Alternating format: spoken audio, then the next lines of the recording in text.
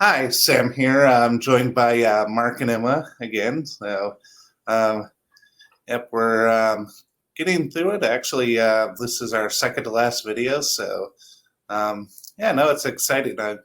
I'm quite proud to say that we almost got through it, and yeah, I know there were some times when we took some breaks for a while, but yeah, I'm glad that. Yeah, we seem to be on the ball with it. Yeah, tonight we're discussing the portion of the Apostles' Creed that you could think of as dealing with the kind of narrative account of the gospel. So I'll just go ahead and read it to begin with to give a placing of what exactly we're talking about here. So, who was conceived of the Holy Spirit, born of the Virgin Mary, suffered under Pontius Pilate, was crucified, died, and was buried.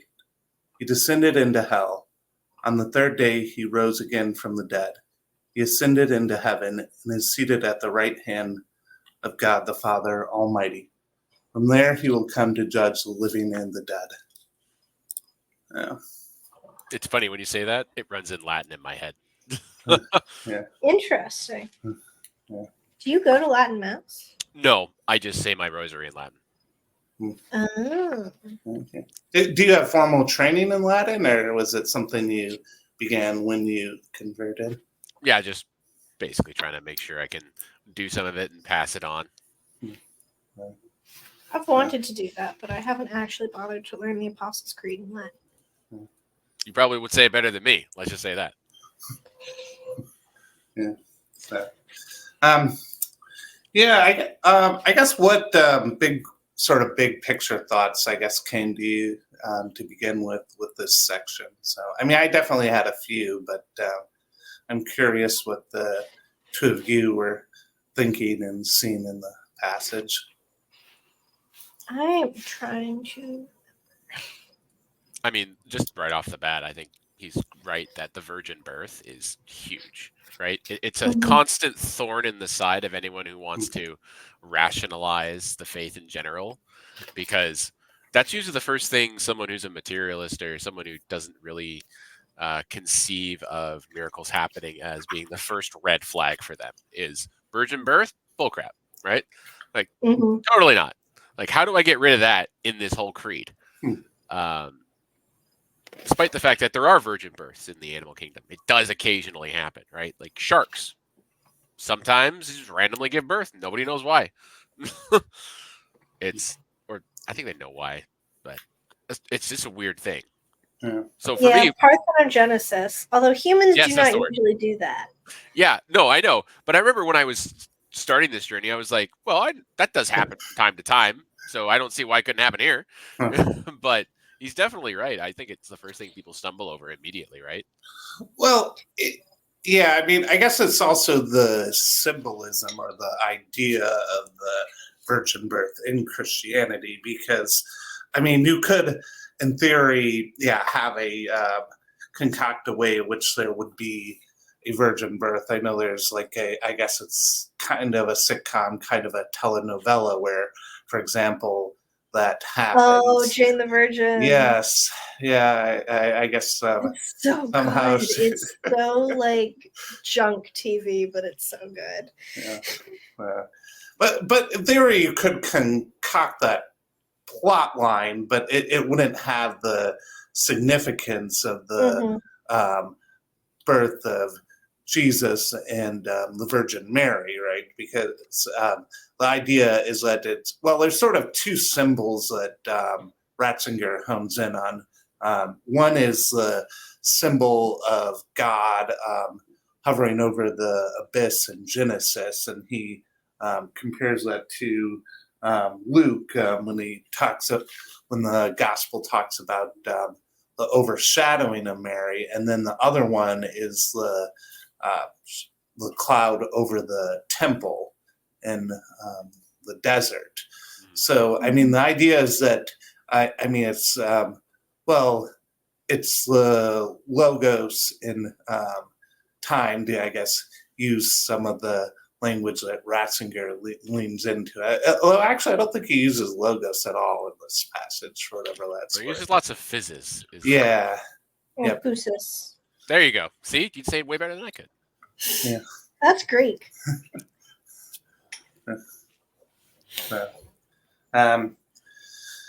Yeah, but I mean, I guess the idea is, and he also draws parallels between different births in the scripture, Sarah, Hannah, and when I was making notes, I put down Elizabeth, but he actually doesn't mention that one, I don't believe.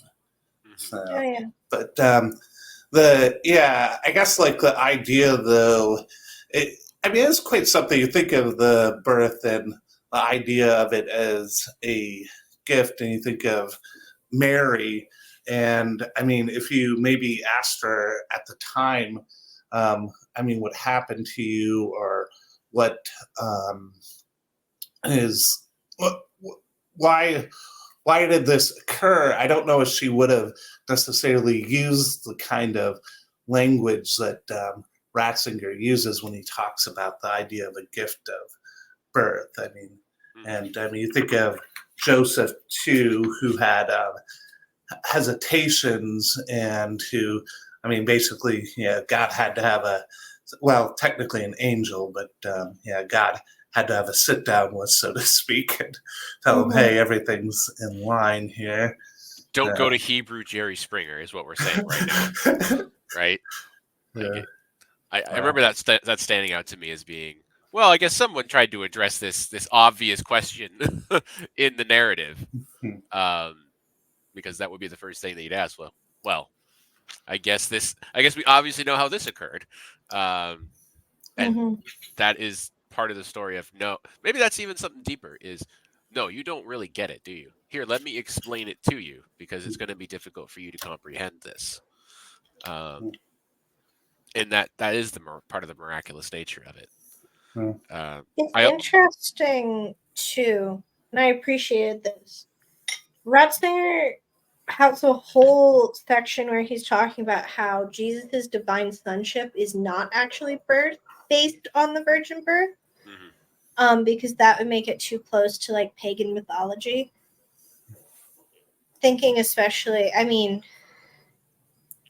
people keep trying to point out like the similarities between Jesus and Dionysus as if that invalidates Jesus. That's a speech I've heard before. Yeah, because he goes into how it's in other, demigod myths or birthing of new gods. There's always a sexual or fertilization thing that happens, which we know. I am I misunderstanding it? Mormons believe that in some respect, or someone. Heck if I know. Someone does. I've heard some Christian heresies go on with that, but in this case, that's not the idea at all, right? That's why we bring it back to Genesis. Is that no? This is a completely new thing that's happening, and Ratzinger makes the point that in many ways Jesus is closer to Adam than we are, because they're made in a similar way, right? The Spirit of God goes out and forms them. So in that way, even though we're sons of Adam, he is the closest to him in that way. Yeah. Well, there's a paradox where you talk about, the Greek mythologies, where I mean, Jesus in the incarnation is he's fully human. He's not really like he's not Hercules, or he's not. He's not half man, half God. He's fully man, fully God. man and fully God. Yeah, which is hard to wrap your head around. Yeah. And usually someone always brings up against divine simplicity. I'm like, well, what, didn't he change? Didn't he become a man? No, he added a human nature to his divine nature. There is no change that occurred, right? But that's hard to come to grips with. And frankly, that's why they had a lot of those councils, because it wasn't plainly obvious until you started arguing about it. Yeah, I mean, there's a phrase that Ratzinger uses both in the beginning and later in the passages we'll go over, where he uses the term not the prisoner of his own eternity. which I I like that. Yeah, I did. I couldn't help but think of some of the discussions that PVK was going over last week with Vervaeke when there was this question of, is the idea of the infinite in a finite form a contradiction, right? And I mean, it's something where, well, I think Ratzinger actually gets at this pretty well, where, I mean, you think of directionality, and there is a way in which it's something of even using that language is something of a misunderstanding, and we perceive it one way, but that's not necessarily how it happens. I mean, time is in some ways, I mean, Christ was in time, but he's also not bound by time. And to some extent, he used those categories as kind of an illusion on some level. And I think what you're getting at too when you're talking about it is, I think some people have like the vessel view, if you want to call it that way, where there's this human flesh suit that is just stuffed with divinity, and how does it not overflow because there's infinite divinity? I think that's a lot of people's problems sometimes, thinking about Jesus as God, when that's just not the way it would work, right? It's not like he's a jar that's overflowing.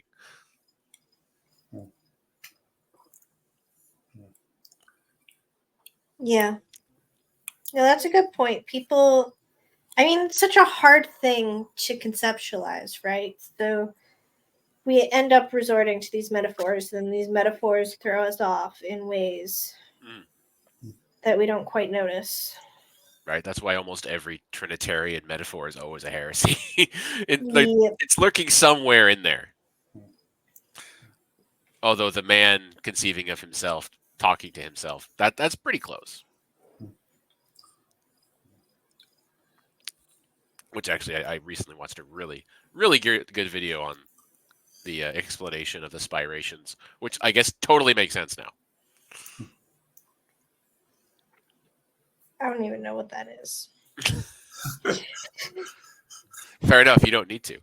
Just believe the church teaches. Yep. I have here as a final note, and I think we've touched on this many times in this book, is those who deny the bodily incarnation and seek to retreat to the mental metaphors save the faith only from criticism by retreating to a place untouched by reality. Right? It's hermetically sealing it off from the real world in which it is based for the purposes of saving it from the real world. Which once again, you make it useless in order to prevent it being destroyed. Yeah, it becomes pointless. Like, why bother? You know, I can do that for Warhammer 40,000 too. Right? Wouldn't do us any good. It reminds me of when I used to try to find a place, because I always was worried that I didn't have anything profound in my life in terms of sayings. So I try to like bring up, the Emperor protects randomly, and like, it just never worked. It was always just didn't work. Mm-hmm. Are you now quoting Ratzinger randomly? Yes. The MS Teams chat at work randomly has it. Okay. Getting the emojis. No question marks yet. Yeah. Truth is not the fulfillment of a positive. You probably could fit that one in somewhere. But, yeah. Truth. That brings us to the next section, right? Suffered under Pontius Pilate, was crucified, died, and was buried. Which this one like blew me away. I remember I had to stand back from this part of the book for a while because the image came to me when I was reading it of, I put it down here. The cross is a great key thrust into the earth to unlock our hardened hearts. It was just the immediate image I had. Oh, that's a good image. And I don't remember what it was that he was talking about, but that's what came to mind when we were going through this section about the Passion. Because we always think about I mean, it's me, substituting me for all of all of everybody here. But when I think of the cross, sometimes I'm going through the symbolism, like, oh yeah, it's all the compass points, so it encompasses all the earth. His arms are wide and outstretched. But the image of a key to a lock is not something I'd seen in my head before.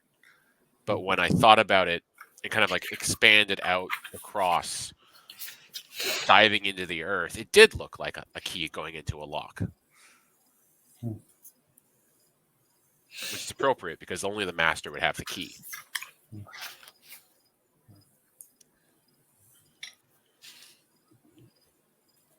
Yeah, that part was good too. I've been trying to like mentally sort through what Catholics actually believe about like atonement and Jesus' sacrifice. And a lot of that's sparked by this book. And a lot of that's sparked by Colin trying to sort through the same thing, coming from a Protestant background. Is that because he has a previously more thought out, like harder position? I guess so. We're both trying, like, because you absorb the background, like, Calvinist substitutionary atonement really easily. I think just growing up in America and then going to Hillsdale for us. Like, it's really easy to just pick it up. And I never thought about it that much. But he's, like, really trying to, like, figure it out, which is making me think about it more. And probably all the more frustrated that the church has no dogmatic position on it. Yeah. Right? I guess that's part of the problem is the, like, what does the church teach on this? Yeah, I mean, isn't that really the strangest part, though, frankly? Is that there is no official Catholic doctrine on what you must believe in terms of the mechanism of how it worked. Yeah. Well, I think whatever you believe or think about it, and I mean, I think it's fairly basic Christianity. I mean, I think the expiation is, I mean, it's tied to the incarnation, right? And I mean, the cross, I guess it gets into it more when he talks about hell, but it's sort of, in a sense, the kind of climax of the old humanity, right? It's Christ confronting death and embodying it, and then redeeming it too. So, and I guess you talk about the technical details of how that works, and yeah, I mean, I do remember actually more when I was growing up there being a lot of that kind of discussion of the metaphor of the cross as being sort of kind of a judgment seat, if you will, or the sort of crucifixion is playing out something like a trial. But yeah, I mean, none of that. Well, I guess the scriptural analogy, though, that Ratzinger gets into is the connection between the temple and the high priest and Christ. And yeah, I mean, it is something you think of the, I guess I hadn't thought of it too much before, but you think of the irony of Christ as the king on the cross, but you don't, or at least I haven't thought too deeply about the irony of Christ as also being the high priest on the cross. And I mean, there's a way in which, even though, I mean, he was not a member of the priestly order, I mean, in Ratzinger's language, he was the one true priest also.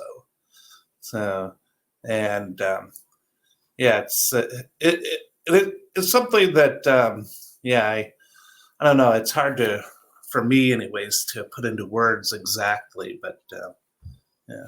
I mean, just the symbolism's bouncing off that from what you were saying, the king on the cross. I had a bit of a vision when I was doing the rosary one night, doing the sorrowful mysteries, and I saw the crown of thorns as being Christ showing us what true kingship looks like, and that the crown of thorns is the true reflection of every crown you've ever seen on earth, because it's what the crown should do to the king. It should prick him. It should cause him to bleed, where all we have are kind of like weirdly beautiful imitations that don't do that, and for that reason they're not real. But when you're talking about that he's the king on the cross, that's the true place of the king in some way. It's there's a person who's known in the TLC as something of as a bit of a troll, and he had commented on one of the videos that had come out of the conference in Olympia, where there was an image of Christ, and he said, "Yeah, that's an ugly image," and I couldn't help but thinking, like, yes, it kind of is. And I mean, it's not necessarily, well, a specific image. I mean, it's not supposed to invoke beauty in the sense of aesthetics, or in the sense of, like, you think of, I don't know, some of like the, I don't know, Protestant art with like Christ with like kind of a light or a halo behind him, and he has, I don't know, really nice hair and good eyes, and kind of clean. So, but he looked in that specific image kind of mournful, and I mean, you think of Christ on the cross, and Ratzinger, he goes into the language of him being forsaken, and he talks about the connection between him and the Israel in the Psalm, and well, the ugliness of it, I think you hit a point. Like, historically, it took a long time for people to start portraying the crucifixion, right? It was a lot of Christ the victor, what is it, Pantokratos, was probably more common than the crucifixion. And I don't remember if I said it here, but in my mind, the East was always that image, where the West was always the crucifix. But I mean, people recognized it then, and with a secularization going on, I think there's some people who recognize it again. I know my own mother finds it quite difficult that I have a crucifix on me, because she finds it very ugly. She never really understood why we'd want to portray that. Whether that's due to bad catechesis, probably, but it's something hard to convey without the background. And in that way, it's stranger now than it probably ever has been. And almost like a Back to the Future way, right? Where people are seeing this image in the way almost that a slightly different way, but in the similar disgust reaction to seeing a crucifix for the first time, right? It actually surprises me my son hasn't been upset about it. Well, it is true. I mean, one of the shocking, or, well, maybe not shocking, but interesting kind of images you see is, even though the cross is not an uncommon thing in a lot of Protestant churches, you think especially like Baptist kinds of churches, or maybe like sort of non-denominational low church settings, I mean, you very rarely see Christ on the cross, though.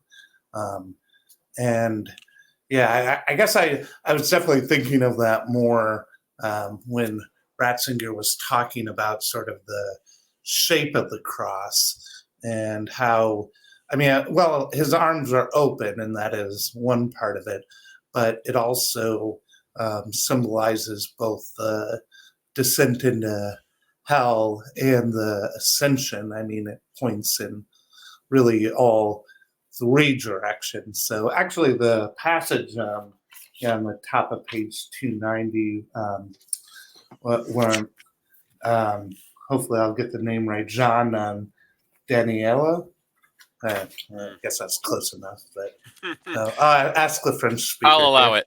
Okay, but yeah, but I found that passage to be really insightful and interesting. Yeah. So and he talks about it's interesting. Dismemberment or destruction, right? But then also, it's the start of the new creation too. So, it's not, even though it is a kind of tearing apart. It's not only a tearing apart. It's also a reunification of a kind. Well, you know what? I remember Ratzinger brings up at some point like the kind of crude 3 levels cosmology, but in some way the cross actually does kind of feel that way in that it's dove into the earth pointing towards hell. It has a foot in hell, but it's on our plane, and then it's pointing ultimately up towards heaven at the same time, right? So it exists in all 3 of those kind of crude cosmological planes. But something else that caught my eye when I was going through this section was the point about something I probably should think about more is, yes, God was the perfect sacrifice on the cross, but he's also emphasizing the fact that he gives us everything and we give him nothing at the same time. And that the only thing that he wants is yes, right? That fiat, basically, is what we're aiming to do as well. That really struck me, in that we can't give him anything but that. That's the only thing he could take, but he won't. Or can't even, I don't know, can he claim credit for it? Depends on who you ask, I guess. Yeah. Let's see. There also was a discussion in this section of the concept of the just man, and he gets into Plato a little bit there. And what a quote, eh? What a quote from Plato. Yeah. I'll go ahead and read it. Yeah, you should read it. They will say that our just man will be scourged, racked, fettered, will have his eyes burned out, and at last, after all manner of suffering, will be crucified. So I came across this pretty early on before I read this book, but it's one of those things where it comes up as people thinking, looking back, well, he must have had contact with the Hebrews. Something must have happened to get him to think about this, but I don't think he did, right? I think it's totally serendipitous. Yeah. Yeah. Wild. As I understand it, the idea is, that in some ways the just man as it is, you see it also shadowed in, Isaiah too. He has to suffer in a way because his suffering basically is a rebuke to a corrupt world. And it's interesting. You think about it, and I don't know, I guess we like to think that we live in a just society, and I don't know, hopefully the US and Canada are in some ways maybe more just than the Roman Empire, but at the same time, it's a reminder that suffering is not, how often do we think, like, when we see someone going through a pain or something difficult, we think like, oh yeah, they had it coming, right? Maybe sometimes they do, but there's also, the concept that, sometimes people, we can't handle or deal with someone who really confronts injustice, right? Mm-hmm. What do I have in my notes? The cross reveals to us both man and God, man in his cruel malice and God in his excessive goodness. We are asking the question, what is truth? Oh, I think we got Emma dropped.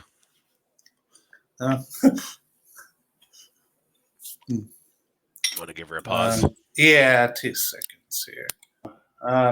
Yeah. Any other thoughts on the Just Man or the section where he's with Pontius Pilate? I really liked what he said about the pain of the cross being the pain of trying to like encompass the whole world, and how we are all called to some form of that pain.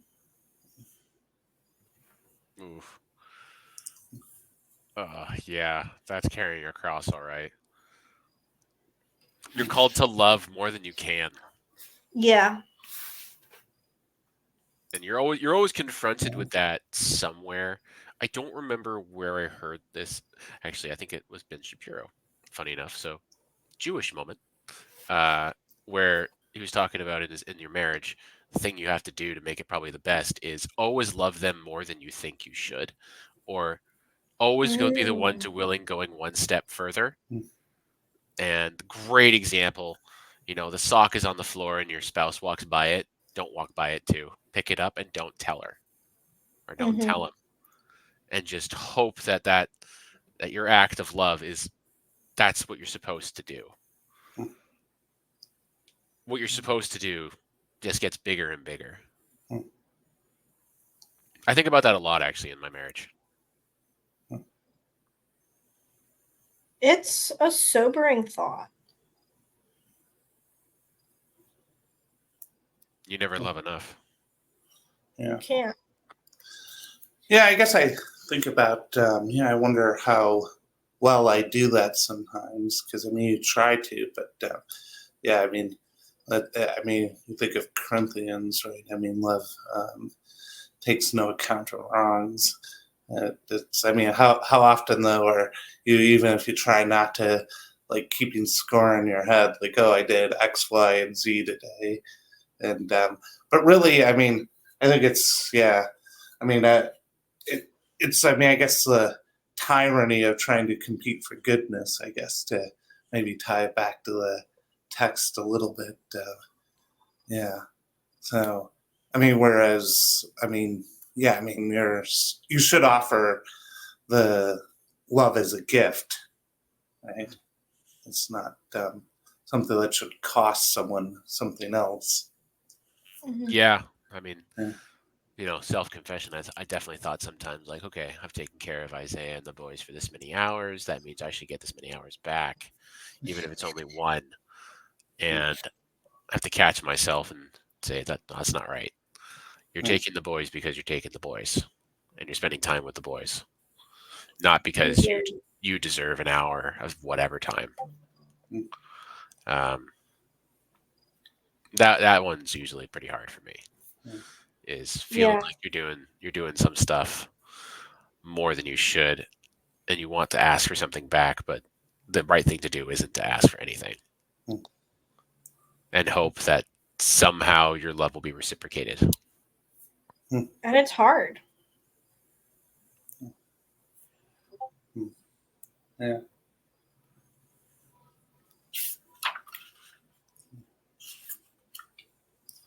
Yeah.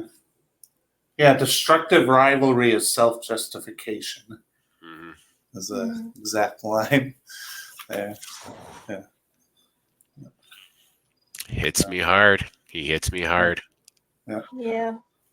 Maybe one last thought on Pilate. I think I might have mentioned this on this, or maybe it was to someone else, that in Fulton Sheen's Life of Christ, he has a whole discourse really on Pilate, but on Pilate's wife, that when she comes to say, be rid of the man, have nothing to do with him, he puts in this apocryphal story about what she saw in her dream, where she kept hearing the never-ending chant of crucified by Pontius Pilate, crucified by Pontius Pilate in her dreams. And that one sticks with me somehow, and I don't know what to make of it sometimes. It's a good story. It's very striking. And yeah, I don't know what to make of it either. Also, I really need to read more Fulton Sheen. Way underrated as a thinker. I'm right here in his home diocese where he grew up. Yep, you gotta go. It's a big, thick book if you get it from Word on Fire, too. Yeah, I bet. So what was next? Descended into hell. So one of the things that Ratzinger doesn't really get into, but kind of struck me as interesting when I was thinking over this, just analyzing the text. So the first part here, I mean, it says Christ was crucified, died, and buried. And then the second part is descended into hell. So I guess because he leans into the idea of death and loneliness and separation from God pretty strongly. And I guess where do you see the difference, or maybe there isn't a difference, maybe it's just a further elucidation of it, but between died and descended into hell? I mean, speaking for me, I've always kind of taken the more mystical approach that yes, he literally descended into hell, or not literally, not. Of course, that's a word that's banned here, right? That he did descend into something. I mean, actually. Yeah, actually went to hell. Maybe instead of literally. Right. I don't know. I always thought he literally went to hell because he has to get all the souls that were waiting there. Yeah, my image is definitely the destroyed city of Dis, right?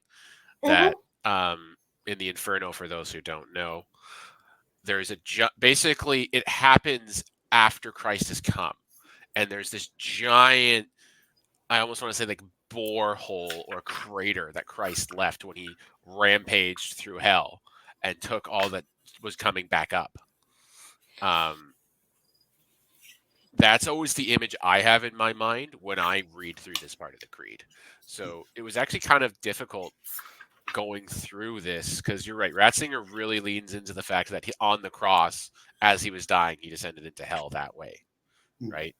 The more like metaphorical descent into hell, yeah, which like also cool, but not how I usually think about it. It's more Peterson. It's very Peterson, right? It's more that kind of psychological analysis, which he decries actually in a lot of the book. Really, when you think about it, that's actually why I found it kind of bizarre, in a way, is that it kind of stands out as being. I doubt he ever actually denied that Christ went into hell in the way that we're talking about here, but just for whatever in this lecture he decided to take this tack. Because there can obviously be multiple interpretations that are all complementary and sit next to each other. Right. It's true on a number of levels. But it definitely would have been nice for me if I had some line in there that he said, while not denying, here, let me go into this. Especially because he starts the entire section with that this is possibly the most alien part of the whole creed. Yeah. Maybe you could say this and then the ascension together kind of form the alien part, where the other ones are kind of anchored in a way that we can understand. Yeah, virgin birth is very bizarre, but we understand what birth is. You know, we understand what crucifixion is. We understand what death is. But then you go into descended into hell and ascended into heaven. Those are really different. Yeah. Yeah, I mean, the idea, the thing sort of continues that, I mean, God in some ways experienced death, right? And it's right there in the text, right? I mean, died and descended into hell. And I mean, I guess that's not something that I was thinking about this when I was reading over it. I know at one point, Mark, you asked me, like, what do you find interesting or compelling in Ratzinger? And I mean, this is a great example of something that's, well written, but also very stark and honest. And it's not the kind of thing that you would find a lot in, like, I don't know, well, at least like Protestant Christian bookstores when I was growing up. I mean, there's like, you think of, it's very, gosh, just very in a way kind of dark. I mean, but it's also, I mean, there's also, well, I found a great comfort in it too, though, because I mean, the idea that, well, like God is with us, right? And not just with us, I don't know, on the mountaintop, so to speak, also, but also in the descent.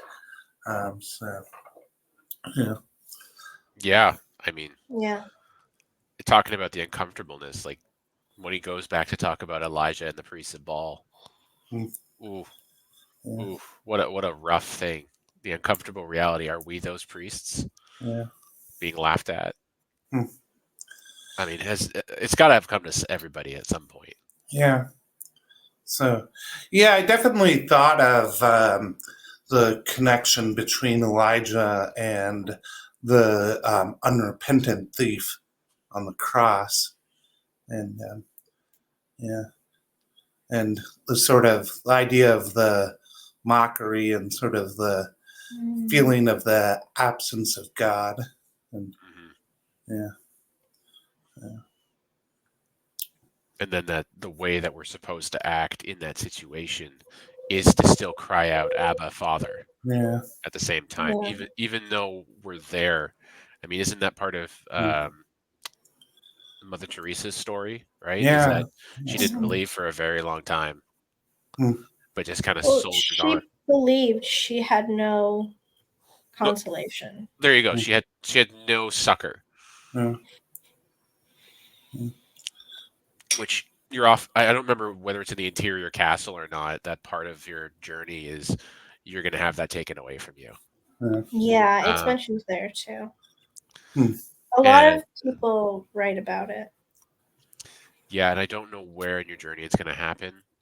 But at least I think in hers is the farther you go into the castle, at some point that's going to be one of your tests, Yeah. and it makes you Mhm. think: should I be asking for that Mm. comfort? Like, is it wrong to ask for that comfort still? Yeah. Well, yeah, I mean, I think people who have mystical experiences, I mean, it often is, in a way, a kind of two edged sword because you um, feel a closeness to God in the moment, in the idea of some kind of maybe revelation or some kind of feeling of, oh, being ecstatic. But I mean, you also feel a kind of depression and loneliness too, potentially, when you're outside of that. And I mean, it does create a lot of soul searching. And yeah, I mean, that was very present in, yeah, the story of Mother Teresa for sure. Yeah. Yeah. Mm. Um, yeah, no, one of the things that struck me too is I was thinking about it, and um, when you read through the book, I think it's honest and it's probably true to who Ratzinger is, in the sense that I sense that if you could, I don't know, sit down and talk to him, I don't think the content would necessarily be that much different than a lot of the writing, but he's also not what you would think of as a confessional writer very often. I mean, there is a kind of austere sort of German quality to a lot of the writing. But I was struck when he was talking about the idea of sitting with a person who is dying or dead, and I couldn't help but think of that as the experience of a priest. I mean, I'm sure he at least contemplated at one point. I don't know how often he would have administered last rites, if basically ever, but still, the idea just struck me as very frank and honest when he talked about it. I'll just go ahead and read the passage. Let us take another example. If someone has to keep watch alone in a room with a dead person, he will always feel his position to be somehow or other eerie, even if he is unwilling to admit it to himself, and is capable of explaining to himself rationally the groundlessness of his fear. He knows perfectly well in his own mind that the corpse can do him no harm, and that his position might be more dangerous if the person concerned were still alive. What arises here is a completely different kind of fear, not fear of anything in particular, but in being alone with death, the eeriness of loneliness in itself, the exposed nature of existence.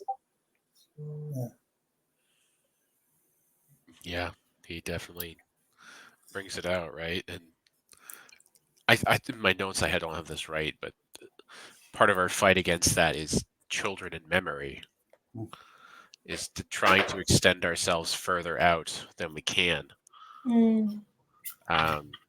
But both are failures as they're only echoes. Right? He says more non-being than being. At the same time, nothing of us really survives death unless he rose again. That one was definitely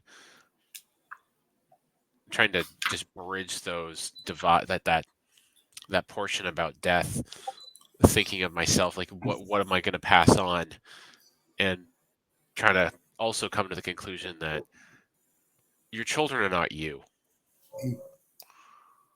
and trying to make them you is just going to be a way for pain. But you're doing it both out of love and out of a fear of death at the same time.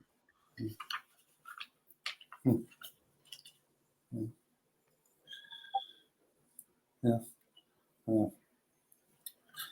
Yeah, I did find the section, well, the Rose Again from the Dead section to be in some ways a little bit harder to wrap my mind around. I guess one of the things I thought about when he uses the phrase love is greater than death several times. And I guess if you're thinking of it in the context of Christianity, there's a way in which Christ is alive.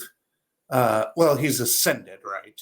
In a way he wasn't in the physical world, and he talks a good deal about the sort of oddity that the disciples found in speaking to him and dealing with him, but also in that oddity too, though, that it's also reiterated several times that he was physically there also. But at the same time, he was somehow beyond his temporal existence too. So, and I guess I think about that, and as it relates to the idea of love being stronger than death, I mean, he wouldn't have. As I understand it, anyways, in the gospel, he only gets to that state because he sacrifices himself, and that there's an importance in the. If I be lifted up, I will draw all men to me, as he says in John. So, yeah. Yeah, I found it very difficult to try to parse what he means by love is a call for infinity. That one I'm still kind of trying to figure out what he meant by that. Yeah, there's a lot in here that I'm going to have to just sit on for the next year. I kept starting it over. I read the passage 4 or 5 times, and for some reason, love is a call for infinity has still not parsed for me. I know it's got to be in there, but I'm not sure what it is.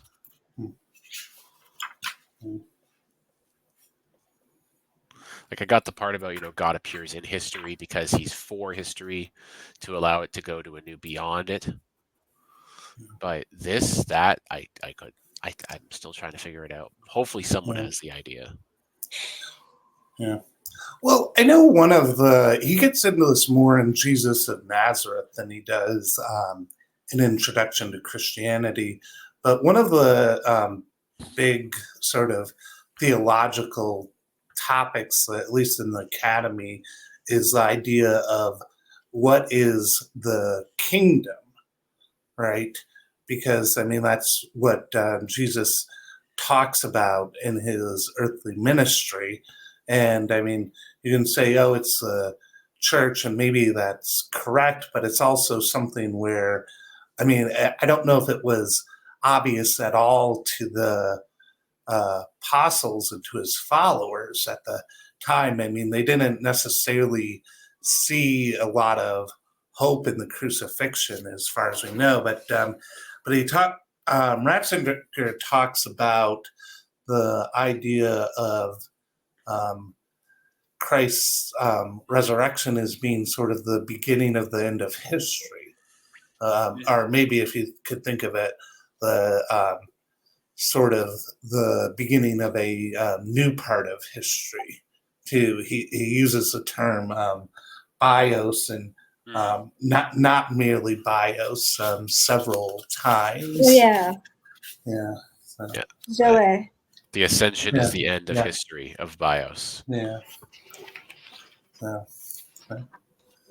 Yeah, because I know I did like his bit about the world is approaching the omega, from the vast to the singular, and the infinite complexity of the one man, Jesus. That I thought was good, because the ascension has actually always been something I've had trouble meditating upon when I do the rosary. Yeah, for some reason it's never really, nothing's come up to me in it. That one, and I think it's the visitation. I never get anything out of. But the ascension is the most disturbing one that I don't get anything out of, because I think I should. But for some reason, it never comes up. I mean, I'm very bad at the meditation part of the rosary anyway, in classic, like, cradle Catholic fashion. So. If it makes you feel better, I don't follow the days. I just do them one after the other, after the other, after the other. Fair enough. Yeah. I mean, one of the things it gets at, I'm on the Re 15 here, is he talks about the idea of, I mean, can God hear? I guess the idea, can God feel, maybe in some ways,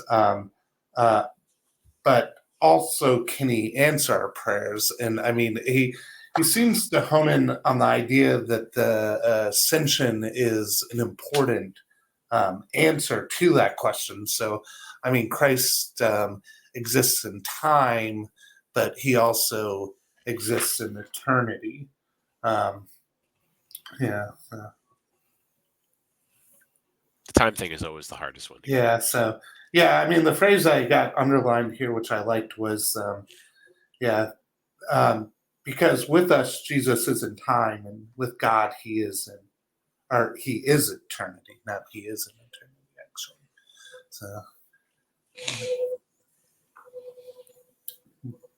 Yeah, that bridge is always a good one to meditate upon. Maybe we'll try that next time. Thank you.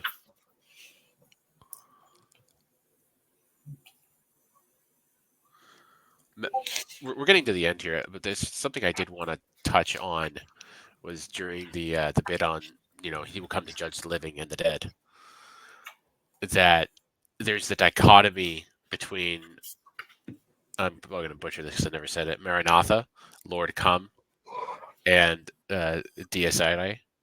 That dichotomy is definitely like an interesting one, because it's true.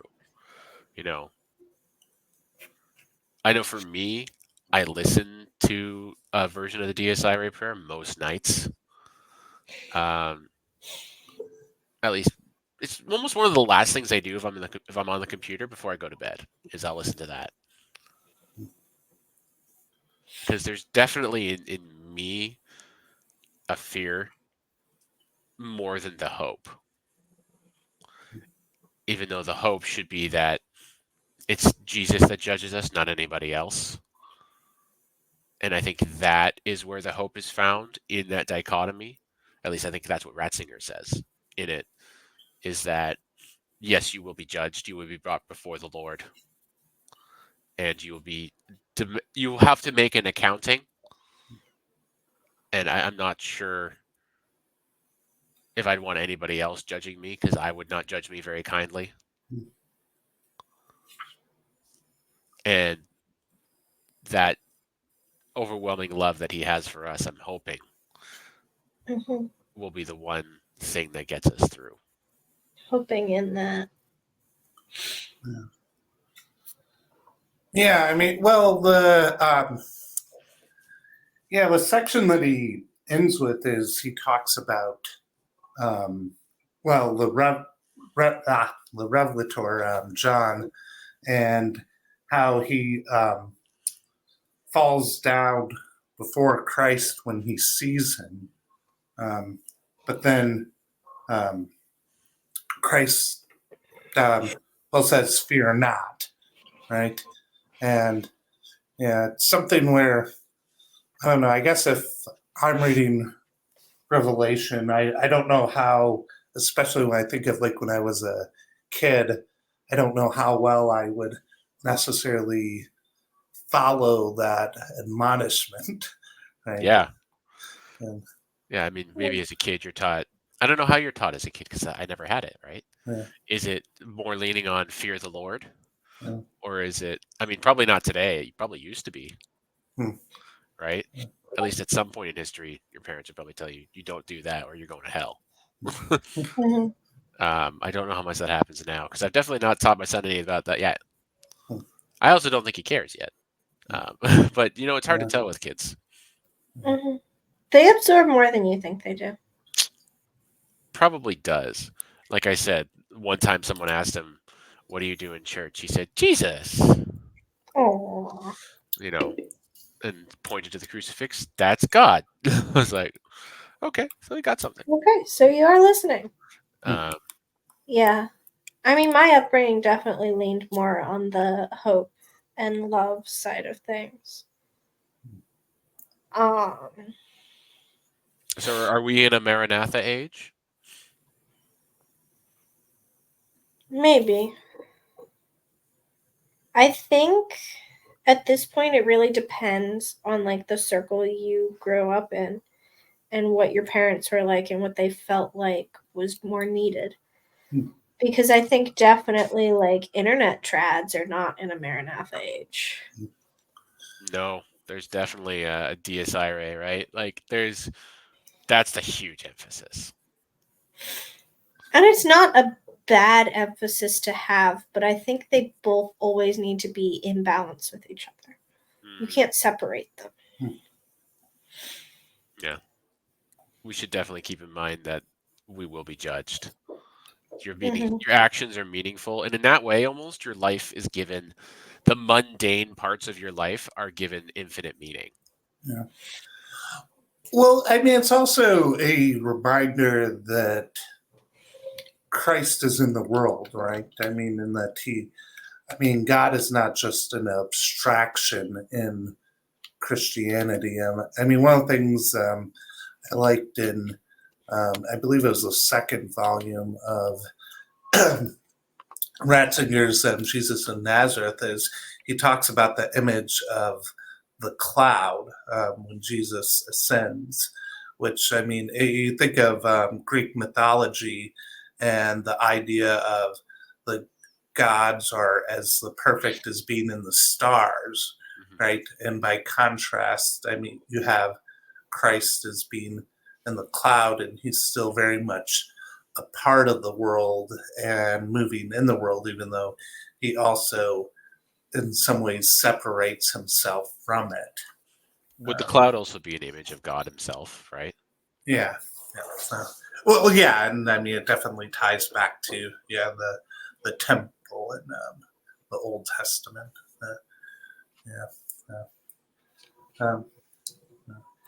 Any thoughts or anything at all that you wanted to go over, either one of you, before we wrap up? I think that's good for me for now. I think it was Okay. it was a very good section. Yeah. So yeah, I'll This- just. Sorry, Emma. Yep. Oh, go this section made me decide that I really need to bully my husband into reading this. And give this as a companion. The worst reading companion you've ever had. Oh gosh, perhaps, yeah. Well, This I is don't for know. you, Colin. Hopefully, we're more entertaining than some of them, but I don't know. Maybe not. I got at least one compliment from someone I'm BOM. Okay.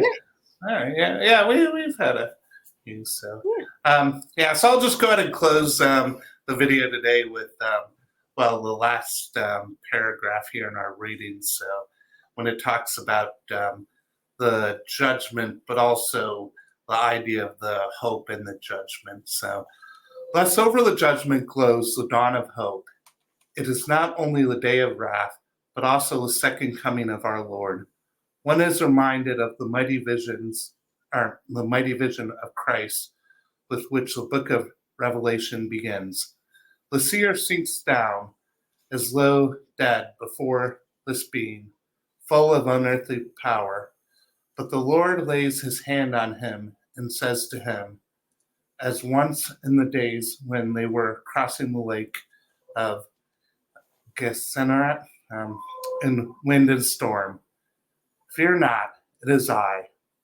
The Lord of all power is that Jesus, whose comrade, the visionary, had once become in faith. The article of the Creed about the judgment transfers this very idea to our meeting with the judge of the world. On that day of fear, the Christian will be allowed to see in happy wonder that he to whom all authority in heaven and on earth has been given was the companion in faith of his days on earth. And it is as if through the words of the creed, Jesus were already laying his hand on him and saying, be without fear, it is I. Perhaps the problem of the intertwining of justice and mercy can be answered in no more beautiful way than it is in the idea that stands in the background of the creed. Well, thanks for being here tonight, and Yeah, thank you.